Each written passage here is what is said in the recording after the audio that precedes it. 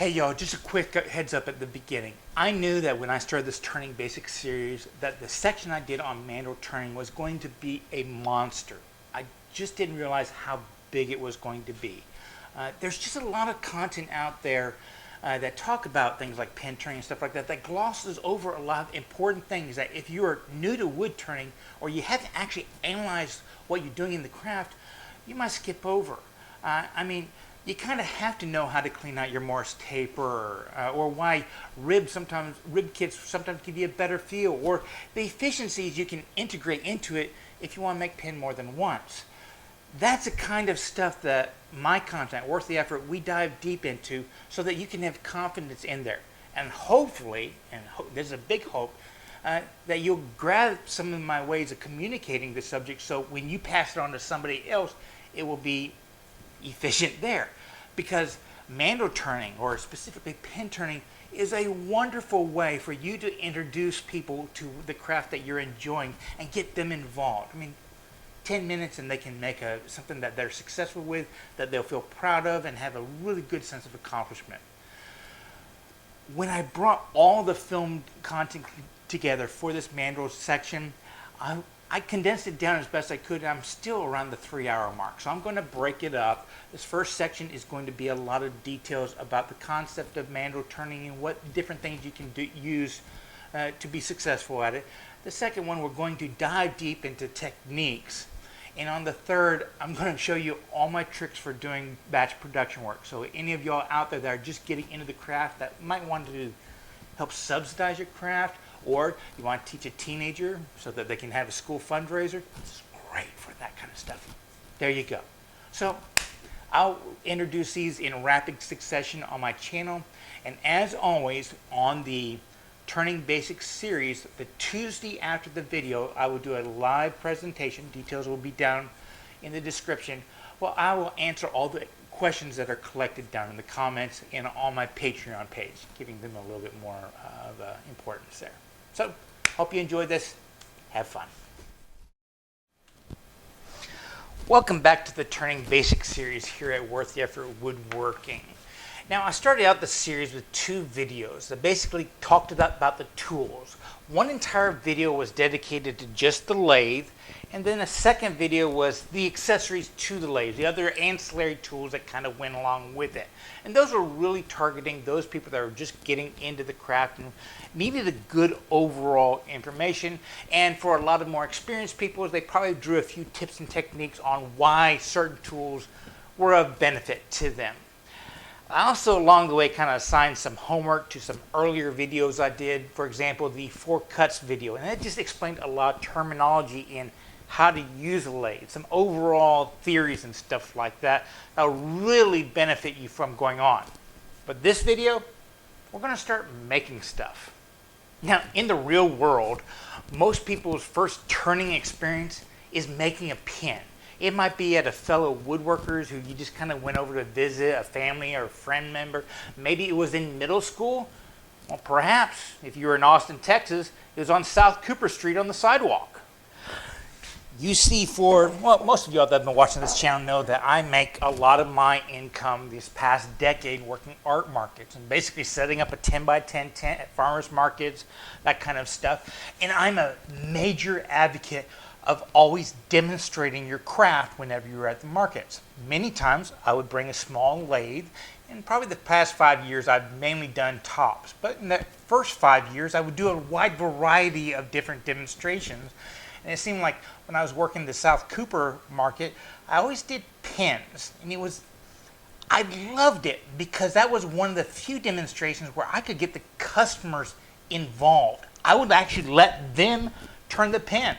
I'd charge them $20 for any pen I made, $30 for a pen that you made. And most of the day I was just standing beside the lathe helping people out. Give them some quick eye protection. You make up a bunch of small kits that you could assemble right in front of them. They would turn it right then and there, eyes blowing up. They were experiencing the craft as it is. I got to demonstrate to them some skill development, and within 5 minutes they would turn the pen. We would add a quick friction finish to it, and then I would pass them off to either my dad, or I would take a quick break from the crowd that was in front of me, and we would assemble it on a little predetermined tools I had today. And I'll show those tools in a second. So within 10 minutes, a random stranger who was literally walking down the sidewalk, I snapped their interest, I got them in front of the lathe, I introduced them to the craft, and most importantly, they had a huge sense of accomplishment. They had done something totally out of their realm and done it to the quality level of a pro who was sitting there selling thousands of other ones right behind them. I can't think of anything else in the entire woodworking niche where you can bring in a brand newbie and they can be successful so quickly and have a sense of accomplishment. And that's something that you're going to find out if you continue down this woodworking craft, wood turning especially, because everybody's going to want to kind of participate. You have family, friends, nieces and nephews are coming in. Once again, 5-10 minutes, you can have them out in your shop or the corner. Again, those first 5 years of me working art markets, I did it from the corner of an efficiency apartment. You can do this just about anywhere. And your niece or nephew are going to have a big smile on the face on something they made that you showed them how to do, even if you've only been doing it for a week or two yourself. No matter. This video, we are going to be diving deep into mandrel turning. Notice I said mandrel turning and not specifically pen turning, because there's a wide variety of stuff you can do besides pens on a mandrel. In fact, I compete against a lot of people who that's all they do at the craft show. They can set up, they can bring a couple suitcases and a table and set up tens of thousands of dollars of inventory. And some people do specialize in pens. I know one person who sets up 3 10x10 tents in a local art market, and all they sell are bottle stoppers. But the majority of people that kind of dive deep into mandrel turning, they'll have a bunch of other different stuff. Some of the stuff I'll be demonstrating today, such as making a little kaleidoscope, seam rippers, little knick-knack holders, bracelets, other than that kind of stuff, along with a huge variety of pens. Now, to start this video out, I am going to go over a bunch of tools that you're probably going to acquire to mandrel turn, things like a mandrel. But don't worry, these are not high investment tools. In fact, you'll probably recover the cost in the first few pens you sell, or if you're giving away as gift what you'll save in gift purchasing to give away in the long run. There are some very expensive alternatives you can do, but there's also some very inexpensive ones that might be from tools you already have and I can demonstrate. It's just trying to accomplish a specific task. After that, I'm going to turn one pen using the setup I'd used for years in my production work. The most basic, inexpensive setup you can get right now. And I'll turn my most profitable pen in that. Afterwards, I'll take a little bit of time and I'll turn a bunch of alternative items. Things like a kaleidoscope, or maybe a knick-knack holder for your bracelet, a seam ripper, a bottle stopper, that kind of stuff, and show you the similarities of technique so that as you can understand that when you learn one thing, you can apply it elsewhere to make a wide variety of items. After that, I will sit back and I will do something I haven't done in probably 5 years, a production run on the mandrel. I haven't done it in about 5 years because, well, let me put it to you this way. When I was teaching high school, I used to make a pen for every single student I had through the year. I taught high school, so it's, I'd have 200 to 300 students in a year. Better part of a decade, that's a couple thousand pens. And then in production woodworking, it was never really efficient for me to make less than 50 pens of a single item at a time. So I would do production runs of 50 to 100. If I had something that sold quite quick in about 6 months, I would make 100 of them and go from there. So you can see how it just adds up, and after several thousands of making pens, it gets a little bit redundant. Also, I did discover that, as I gained more experience, I was selling higher pieces like bowls and stuff like that were becoming more profitable for me. A lot of the markets I was setting up, I was competing against other new wood turners that were coming in, and most of them were coming in with pins. So I just didn't want to compete directly with them, because you know, all ships rise with the tide. I wanted them to be successful, to keep building up so more of us were getting into the markets. So I haven't done a production run in about 5 years. So I would do a quick production run of about 100 pins, all the same, my most profitable model. I'll probably put them up on my website afterwards, and give you some tips and techniques for making that kind of production work really efficient. Now, up front for this video, I want to thank two companies, Beer Hardwoods and Woodpeckers. I purchased all the pin kits and stuff like that for the production run and what I do up front and stuff like that, but when I was talking with the owner of Beer Hardwoods, he liked the idea of being able for me to show a bunch of different kits and different items to do that. So he donated those kits and the bushings for those kits to reduce the cost for me to demonstrate that to you. Also, in the 5 years since I've left production mandrel turning work, a lot of new products have come out that are specialized for that one, for production turners. Woodpecker makes some nice sets of that one, so I reached out to them to ask them if I could play around with some of the newer stuff, and they sent those over. So when I get to that production turning, I'll show you some of the more professional-oriented mandrel turning tools, and I can do a compare and contrast on how they work. So, welcome to Worth It for Woodworking, as we start mandrel turning.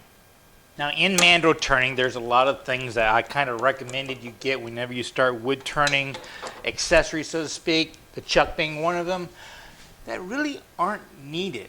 So if you want to, you could set this aside for a little while, though there are some aspects of spindle turning where this could be a little bit of benefit, especially if you want to do something like drill holes with your lathe in the product.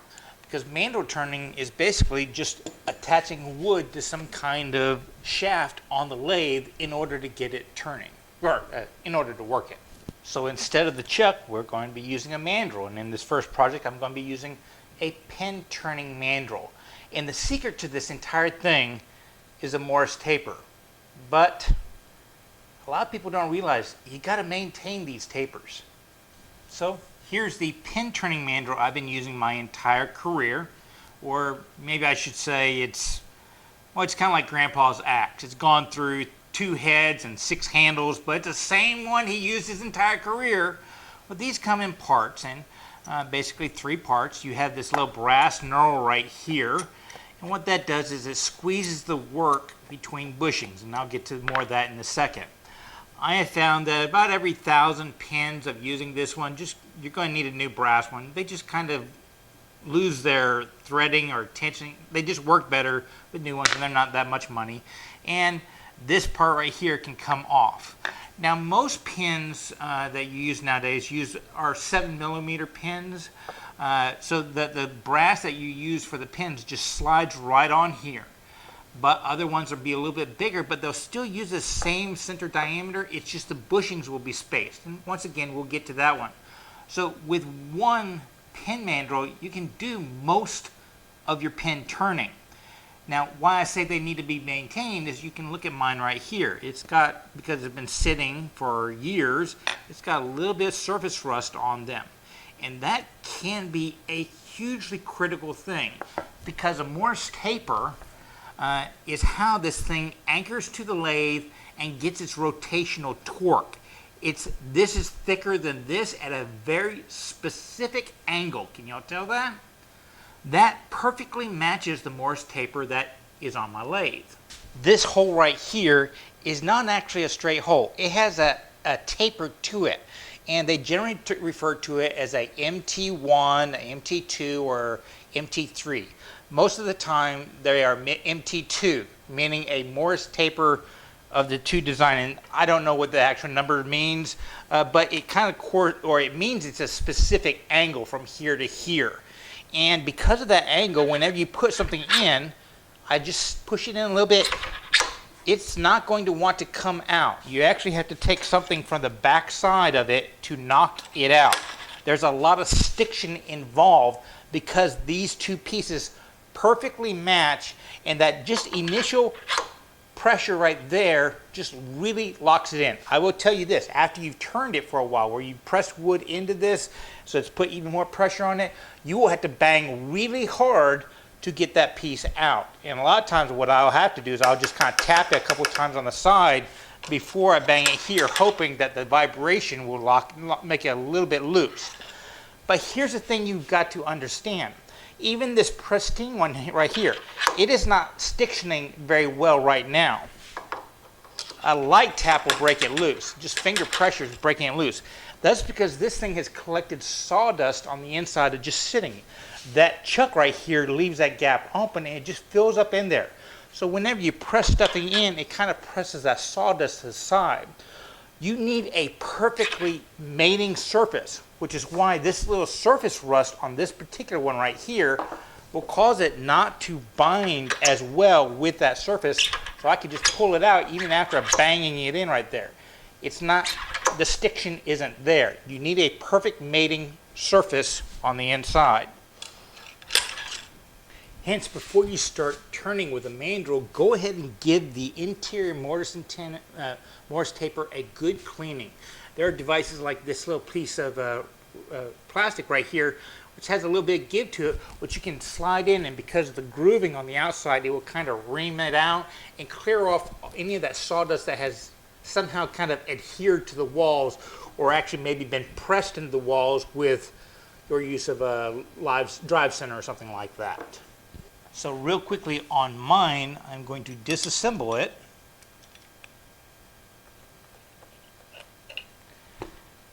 And give it a very light sanding, just enough to make this surface rust smooth again. And I should probably replace this, but I'm not going to.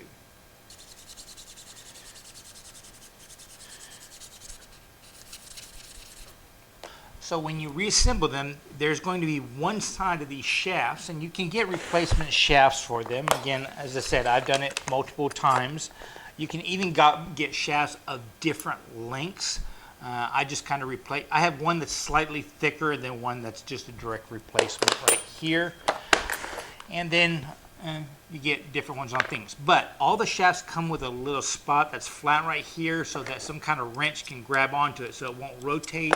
And that'll allow you to turn it. You want to put that closer to the mortise taper head. It just makes doing it up and undoing it a lot easier. And you really don't have to get this super tight, just finger tight. You're not going to be able to squeeze this very much to do it, but you know, that's good enough. And then you have that brass end. Now how this works is you're going to slide the whatever your piece you're working on the shaft. Now most pins, I also highly suggest buying a bunch of these cheap fishing tackle boxes. I get the ones that have two different sides because you're going organizing all your pin blanks and your pin kits.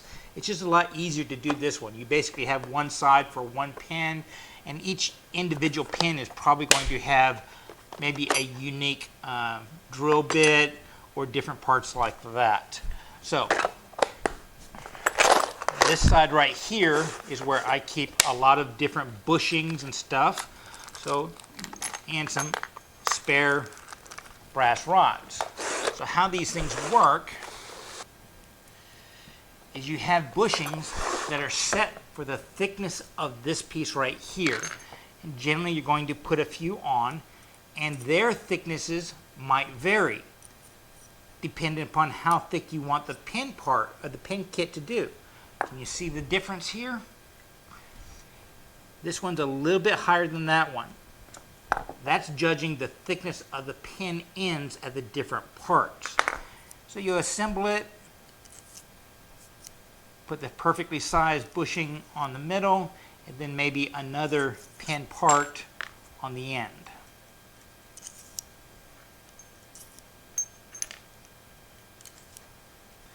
But the key thing is you want to put it so that your threading on this end can get a good enough bite to squeeze the parts together.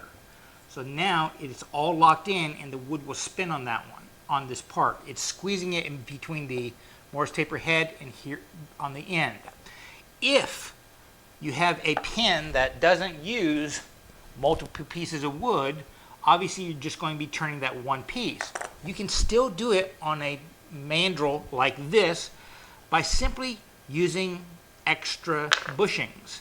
And if you're doing extra bushings, attempt to get the brass or whatever part you're putting into it closer towards the center. It just makes your life a lot easier to have a little bit of space on the sides.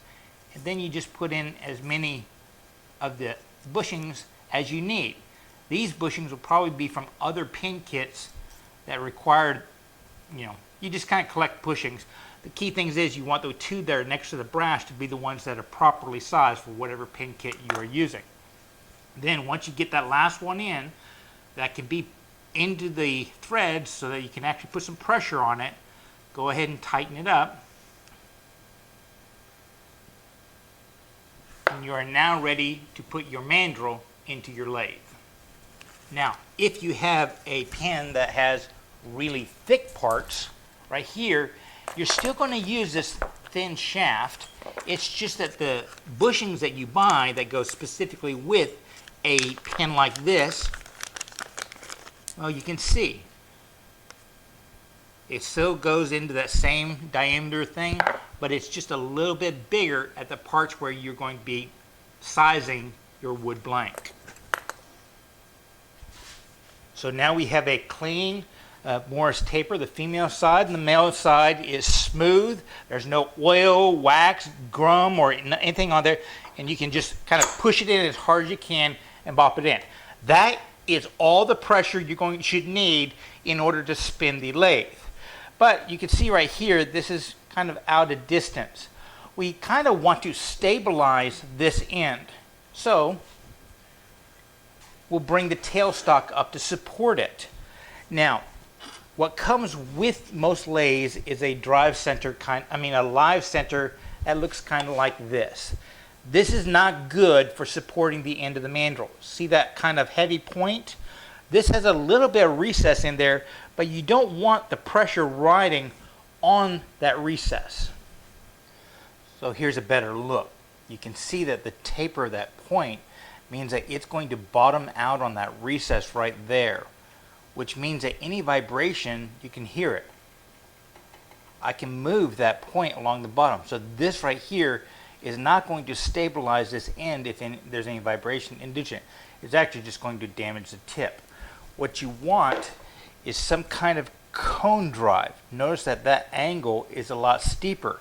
So it's actually going to engage the outside of that recess and not the very center.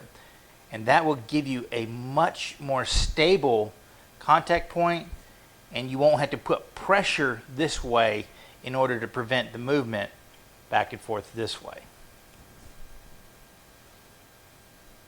Now this particular live center also has a Morris taper to it. And this particular lathe just so happens to have the same Morris taper at both ends. That is not always the case. My really nice professional grade one-way has a different Morris taper on the tailstock than the headstock.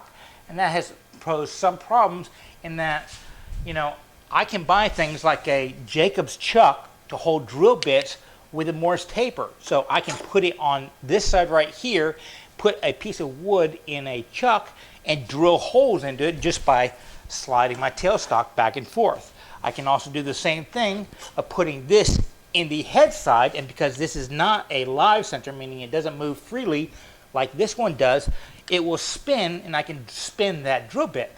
And a lot of times when I'm making holes in like handles and stuff like that, I'll do that one and then just kind of hold it and press it forward, hold the wood and press it forward into the drill bit, especially if I'm doing a lot of them, because you're not having to rechuck the wood. That's also a way, if you're trying to save a little bit of money, you don't need to get a drill press or a drill to drill the holes into the wood that you're going to be using for your pen blanks. You can just buy an inexpensive Jacob's chuck that has a Morris taper attachment to it. Now, one of the big problems I see when people do this right here is over tightening this tailstock.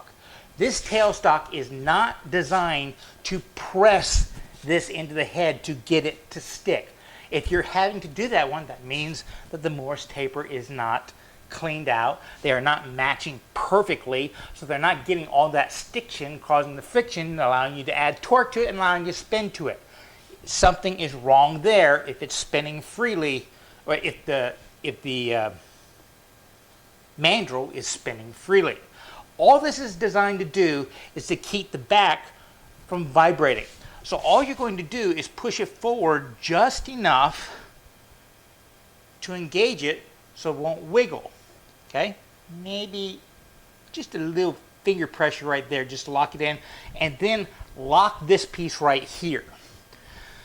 Now, the only way this can now wiggle is if this shaft flexes.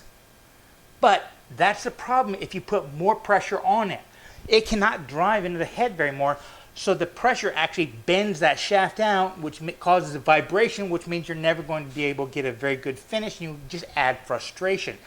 This shaft needs to run true, hence you cannot have pressure on the end. Now there is a type of live center that they call a mandrel saver, and instead of using this right here, which is a solid piece, you don't have a brass end on it. It actually has a hole inside it.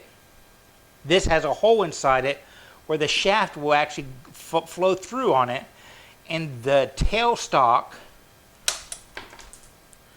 this stock will slide over the mandrel and press directly against the bushing, so that you don't have to have a whole bunch of bushings going all over the threaded section.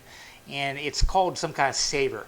I never purchased it because the brass worked for me, and that was actually, those only became popular about the time I stopped making production runs of pins. And that's also a dedicated tool, and I always prefer tools that I can use in multiple spots. This kind of drive is a one type of drive, live center is a type of center I use for bowls and all that, spindles and all that other kind of turning. So one tool that does multiple purposes is better than a one-trick pony, in my mind, in this situation when I'm trying to save a little bit of money doing this kind of work. If you have the luxury of investing a little bit more, that's one of the ways to go. Now, as I said, this is the most basic of the basic, most inexpensive way to get into mandrel turning with pins and stuff like that. But in the past few years, there have been some pretty cool advances, such as this, which Woodpecker sent me, their pen Mandrel System. And this is definitely targeted for the more serious people in it because, hey, it's a lot stiffer. The live center spins a lot freer. They got some good quality bearings there.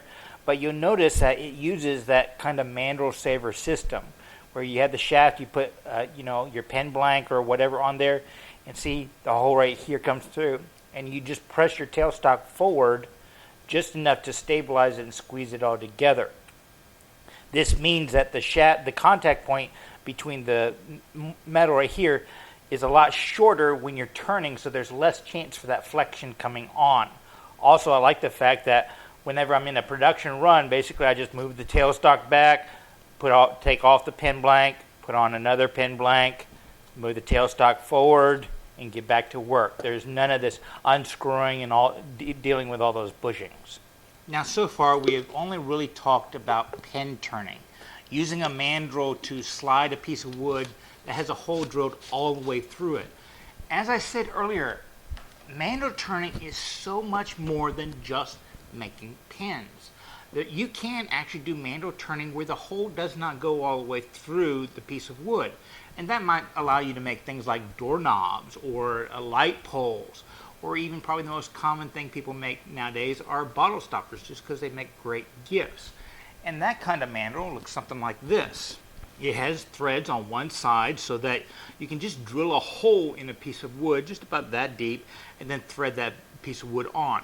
This particular one, I don't know if it's just marketed by Ruth Niles or she actually invented it, but those threads actually have a little slicer on the side, and that thread count perfectly matches the bottle stoppers that she sells, which are really nice. They're stainless steel with the O-rings on it so that the threads are the same. So you basically just drill a hole the size of the shank, and then this will thread right on into it. I'll go a lot more into detail on how to make bottle stoppers later in the video. It is a drive center, which means it doesn't rotate freely. So you put this in the headstock and the torque will be transferred to the wood. And obviously you have different Morse tapers, this being an MT2. The problem here is, even though you get a lot of stiction and grab whenever you put the Morse taper in here, we are turning something on the side, and a lot of times that turning action will induce vibration, which could kind of loosen these things out. So we need some way to anchor this into the headstock. So most of these have some kind of threads on the end. This is just a set of threads where you can put some all thread into it, and you just kind of screw it on in here, and this gives you the advantage that you can now slide it through the headstock and have threads over here, so you can put something like a washer and nut or something like that on this end to kind of squeeze it together so it's not going to loosen up via vibration. One of the cool things about Ruth's setup is she's partnered with other products so that this thread count right here will match up. For example, this right here is a 2-part screw chuck. So you come over here, you screw the wood in, and then you attach that to the second piece right here. And notice it has offset holes on back. So you can actually thread that on to create a nice chuck for turning small items, little figurines and stuff like that. You can also thread it on offset. So now it spins offset, so you can add some really cool shapes, and because it has so many different offsets on here, you can add different size curves to your turnings.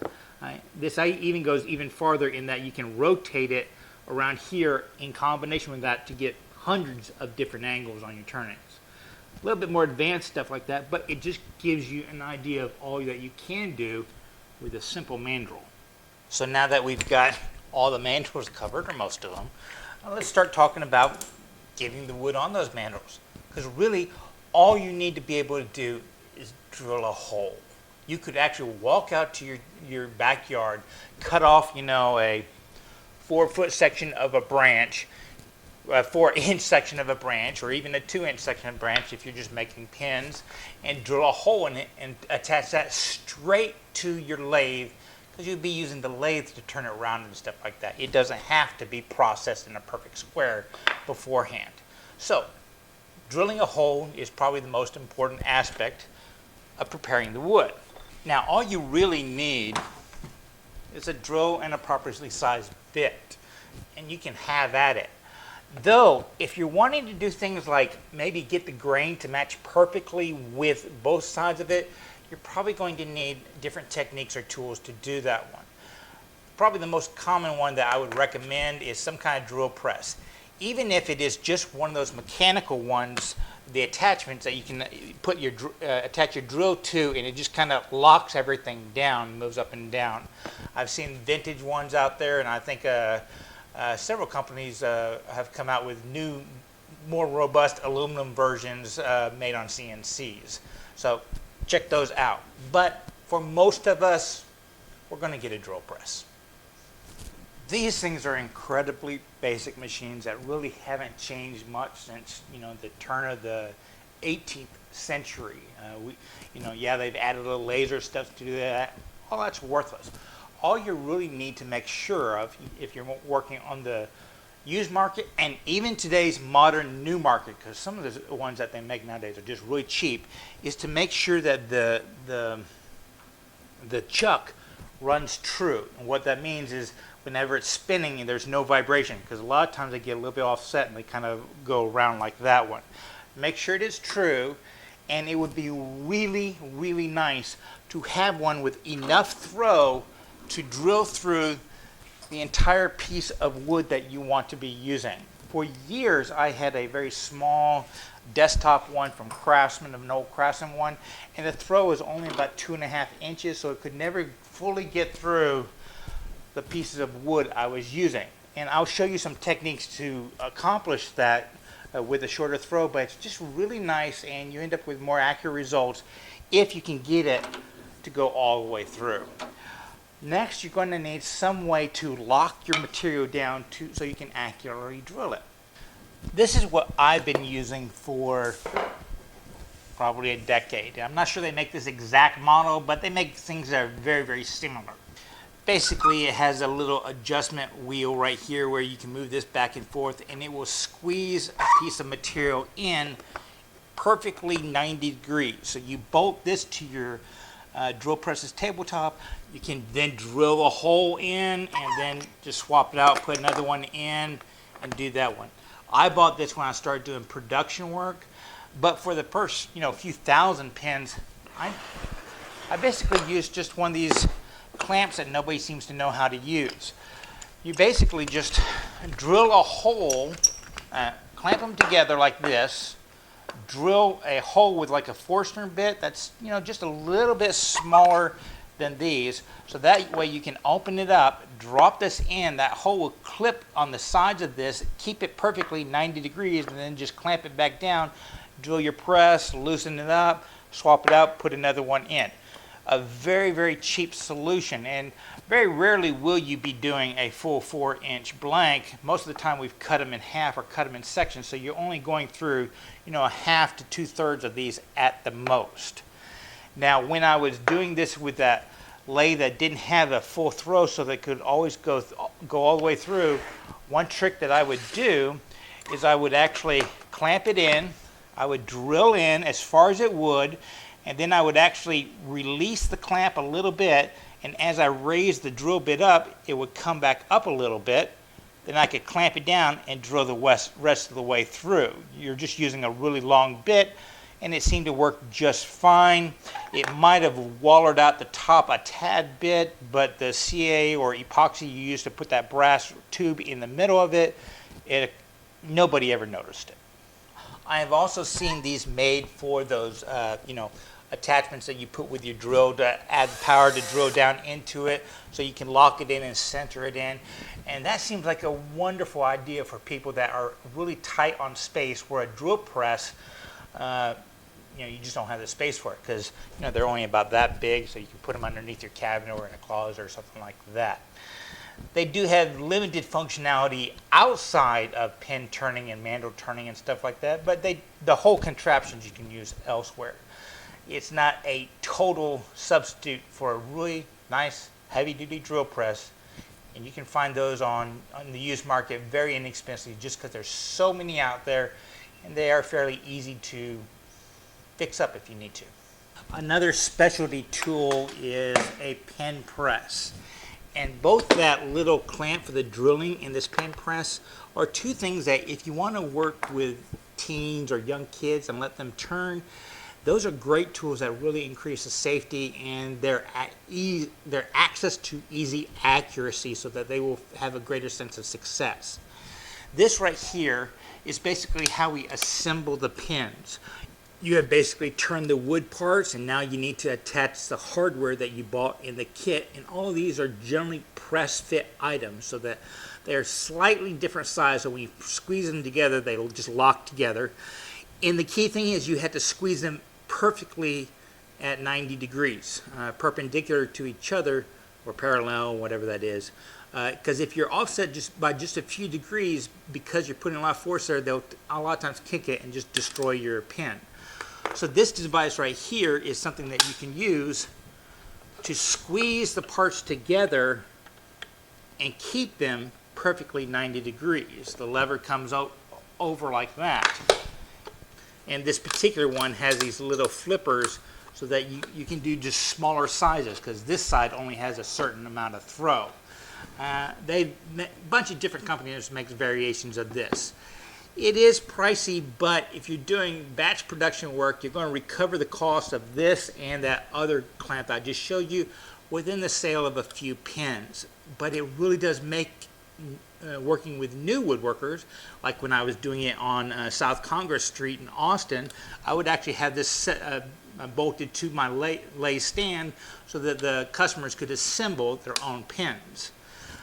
But before I had the money to do this item, I used this clamp right here. You can use any kind of clamp. In fact, this one has the little hole right here that I was using to center the tips when I squeezed it together.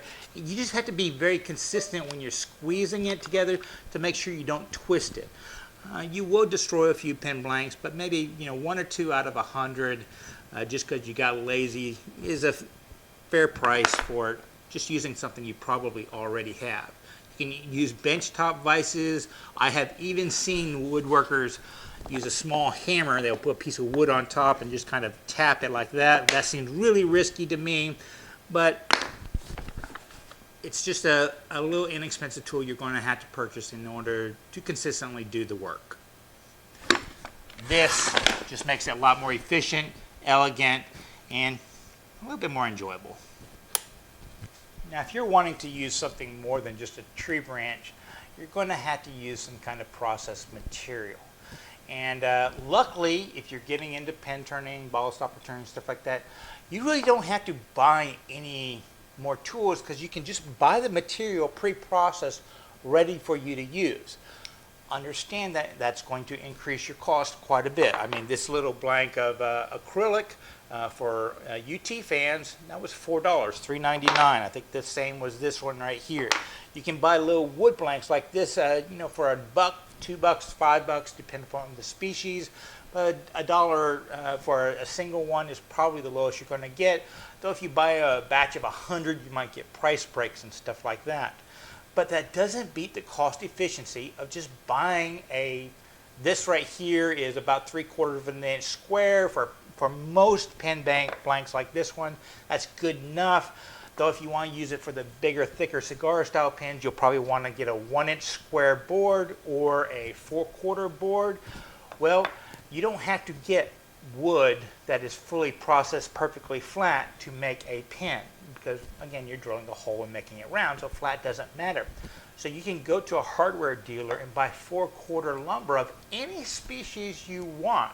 Spend $20 and you're probably going to have enough material for several hundred pens.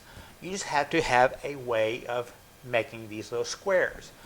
Now, I know a lot of people say a table saw is the heart of any workshop, and I have disagreed with that for years, because for the longest times I didn't have a table saw. Bandsaws work just fine, especially for rougher materials, stuff that isn't perfectly flat. You need straight edges and flat surfaces to work on a table saw. But a bandsaw, a cheap 10-inch bandsaw, rough stuff will be just fine. And with this right here, you could take a board, just set it to 3/4 of an inch, run it through. If it's not perfectly straight, no big deal. Rotate it around, make it square, have 100 consistently, and it will work with all those jigs and clamps and stuff you use to drill the hole. You're ready to rock and roll. And bandsaws about this size are a dime a dozen in the used market.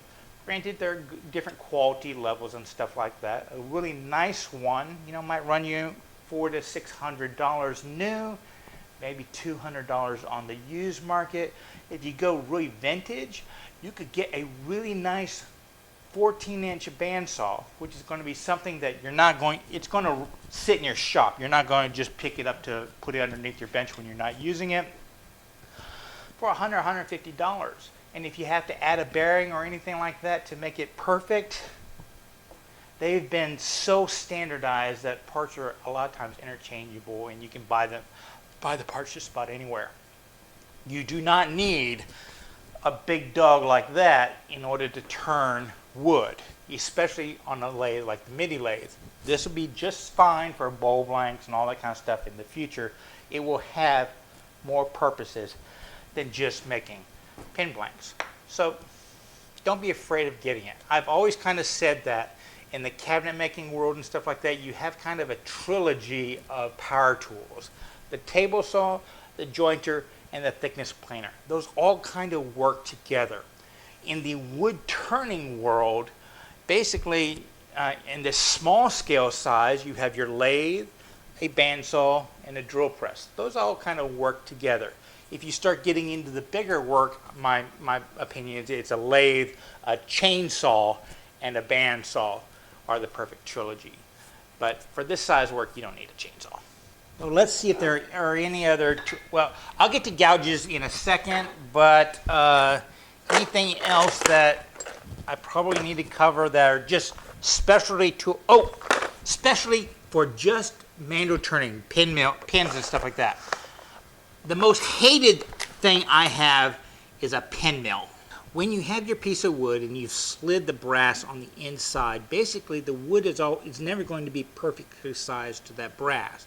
Additionally, because we're doing stuff on bandsaws and other stuff, it might be be perfectly square.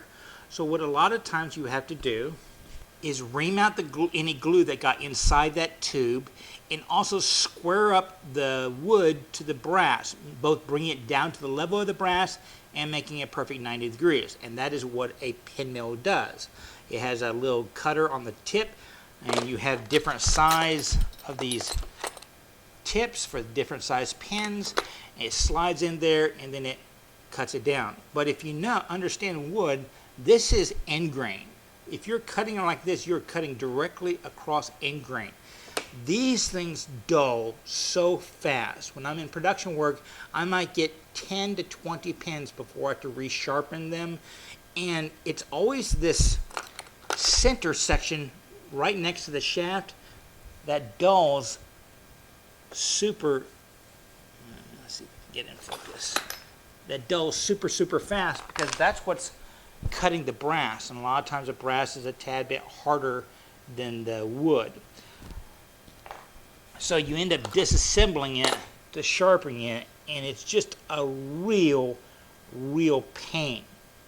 I ended up replacing these so often that it just became a normal cost for me, just so I could get them sharp enough to do their job, because I just wasn't that great at sharpening when I was doing this kind of stuff. And if you don't get all four of these at the perfectly same level, they won't cut right. I mean, they're a pain, so much so that a lot of turners forego these altogether with really wild contraptions. They'll use a disc sander, they'll hook it up to their lathe, make a platform that's 90 degrees, and then they will just kind of sand back to that brass and hope that they get it perfectly 90 degrees. I see some people actually turn these on their lathe to get them square like that. Just a lot of different aspects. But if you're going for good quality work, you need some kind of pin mill. And that is something where the technology has advanced in these past years. In fact, the second thing that Woodpecker sent me was a modern day pin mill kit. That what I'm so excited about is, they still have the same kind of cutters, the shafts, and the mill itself, which this is a lot heavier duty. It can attach into your drill press or just your handheld drill, but they are using those replaceable carbide cutter tips. And with my experience on those, that'll last a long time, but when it's slightly dull, I just rotate it around, and these are actually a lot easier to sharpen than those other bits. You can do it on a diamond stone, or you can just spend a few bucks and replace them. They're just little tiny replaceable four-sided cutting edges, and this probably the most exciting new tool in pin turning I've come across in a long time, because of my frustration with the old style pin mills. But I won't be breaking this thing out until I do the production run of pins at the end. I'll show you all the less expensive alternatives first. Lastly, I want to discuss the turning tools, the gouges that you see marketed towards pin turners. I see these smaller tools are marketed in pin turning kits, and I'm actually going to tell you I don't really recommend getting them. I did use this when I was doing it on the street with random people, because they were less intimidated by grabbing this smaller tool than the big ones I'm going to recommend. But these small tools they have such limited use, and in actuality, things like the small skew, they're harder to use than the full size, because the sweet spot is smaller. Whereas if you have a normal size skew, your sweet spot is almost the entire size of this smaller tool. So you have better luck with a full size tool like this 3/4 inch skew gouge. But in reality, you're only going to need maybe 2 tools to make pins and things like bottle stoppers and door pulls and stuff like that. A rough and gouge, and this is probably the most common, least expensive one there is out there. It's a 3/4 inch rough and gouge. This is only used with spindle style turning, which Mandrel turning is that. And maybe a spindle gouge. Once again, I would recommend a 3/8 inch one. The reason is you will use this for the rest of your turning career. I've had this same exact spindle rough and gouge since I started turning 15 years ago, I guess. I do a lot of spindle work, so I tend to go through a spindle gouge a year or maybe 2 a year. So yeah, but I use this tool on pretty much everything.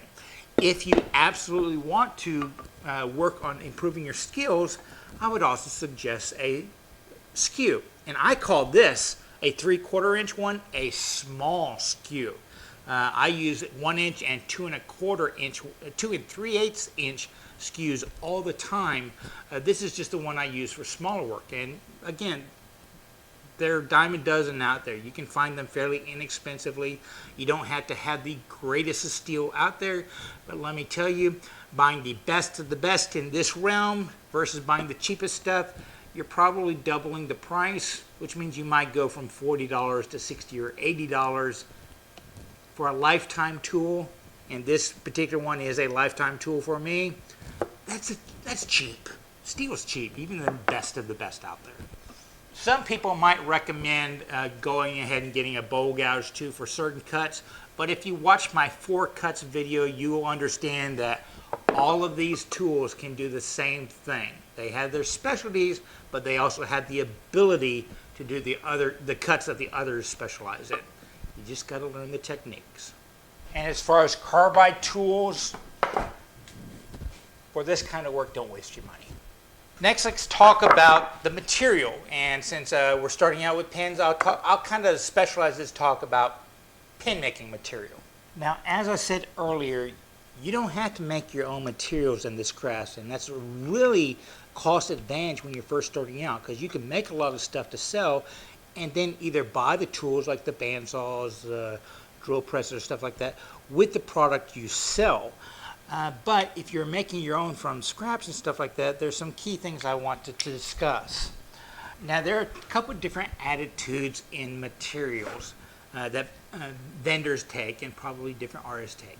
Some people like to have very unique individual pieces, and whenever they set up at booths and stuff like that, they'll have 1,000 pins out there. No two will be the same.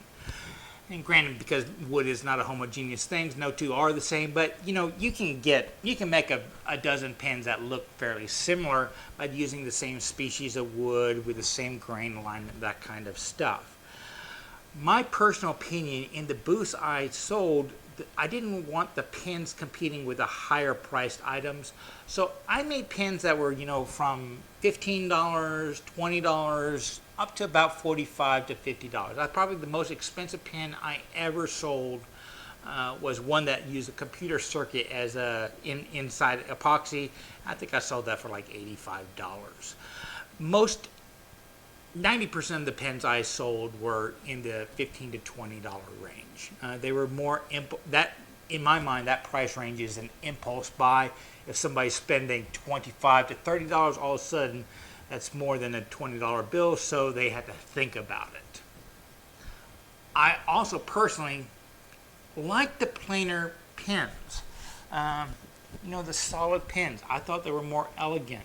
Some people don't like that, and that's probably not a common opinion out there. So when I was working it, I would just consistently stick with domestic, locally grown species so I could market it that way, not necessarily that this came from the Amazon rainforest or something like that. But what I did find is very light colored pins didn't sell as well as darker pins. Male, female, it didn't really matter. So if I was going for a lighter species wood, I wanted to have something wild about it. This is just a piece of maple. You'll find one or two buyers that are like this one, but generally this would end up at the end of the year at a discount bin because I would have a whole bunch of plain maple pens and all the other ones were sold out. I would keep this box right here when I was selling it for wild looking boards, like some spalting. Any kind you get spalting in the wood, it would add some real character to a domestic species. But when you're looking at them, don't look at the faces. Look at the end grain to determine what's going to happen. You can see the coloration right here. Well, that would be right about where the pen would be. So that coloration would show up. This stuff that's on the face, you're going to turn that off. So I have, you know, a really cool looking piece of wood right here. But one end of it, well, where the hole is, that's just going to be a solid light color. The other end of it will be pretty wild. So if I can turn the pen, I want to get the material off of this end and not necessarily that end. And I might want to have the tip of the pen at the really wild end and it planar back here where the metal will decorate a little bit more. So as you collect wood, that's kind of what you're looking for. Also, I would try to stay away from woods that have open pores, because while on a tabletop that open pore is not noticeable, when you start getting down to very fine pieces, that pore is going to be very noticeable, and it'll have a texture to the feel. So you'll either have to fill it with some, you know, CA or fill it with hard wax or something like that. But it's never really going to look right when you start getting down into those micro levels. It's always got a bit of a roughness. Or something like this cherry I have underneath it. The pores are so small, tiny, it won't make that big a difference. I mean, you can see like right there some open-ended pores in the grain, but it's not that noticeable. Now, species like red oak or something like that, they have very large open pores. You will definitely see that. But white oak, those pores are filled with some kind of substance, I forget the term, so you can get a really smooth finish. The smaller the pores, the smoother, more glossy finish you can get to the wood before you even add finish. And in this kind of situation, it just works better. But if you have a board like this cherry piece right here, a lot of people consider that sap to be a defect and they don't want it in their tabletop. They want some uniform. So you end up cutting that sap off. Well, that transition between dark and light wood makes a great pen blank because it adds some flair without being obnoxious, in my opinion. So a lot of times when I'm processing the boards, I will save these offcuts at the end with the sapwood for my pen blanks, and this one board right here, you know, that's going to get me good 4 pens, and they'll all have the same theme to it. So if somebody's giving away office gifts, they can all have a cherry pen with some really nice tuxedo effects. And because this kind of defect is not wanted by cabinet shops and stuff like that, a lot of times if you go to a professional shop in your area that deals with hardwoods, they'll have a trash bin full of these little offcuts that are the most profitable stuff for you, but it's less than firewood for them. Speaking of that, firewood. You can go out and just grab your piece of wood. This is an offcut from the chainsaw of another board I have, and it has some really nice figure to it, close grain, it's pecan. And then once again, things like walnut right here. The walnut also has a sapwood edge right there, so that right there could make a really cool section of pen blanks, and I can use the rest of this board, which probably would cost you a couple bucks, or it would be free as a offcut for another piece of wood. Most cabinet shops cannot use a board this long. Well, how many pens could you make out of that for next to nothing? Now, I just covered a whole bunch of tools and their options and how you use them and how you tune them and stuff like that. But what are we really talking about getting started? An inexpensive mandrel,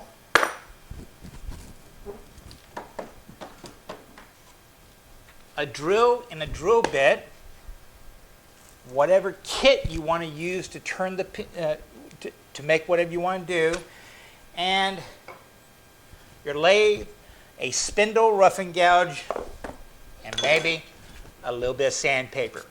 Everything else is just a refinement of these steps right here. So you don't have to invest a lot into it, but as you progress, a lot of times investing a little bit more will return benefits in efficiency and quality. So how about we start making a mess, and I'll make a single pin, my most profitable and commonly sold style. Well, there you go. Did I not tell you the worth the effort way? We dove deep.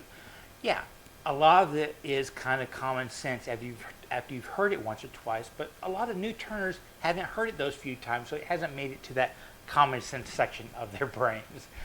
But if I didn't cover something, if you have a question, please leave them down in the comments below or go to my Patreon page. I kind of favor the Patreon because the Tuesday after this video goes live, I will do a live Q&A section where I answer those questions. If you're not able to make it, I will come back to this video and down in the description put a link to the archive of that Q&A section, and they'll probably answer your questions.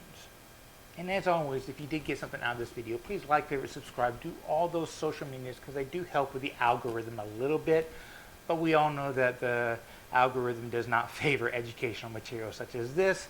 So if you'd like to do a little bit outside help subsidizing the time and effort we take to make these videos, I have a lot of that information down in the description below. But as always, remember that it's worth the effort to learn, create stuff, and share it with others. I'll see you in a little bit in the next portion of this series.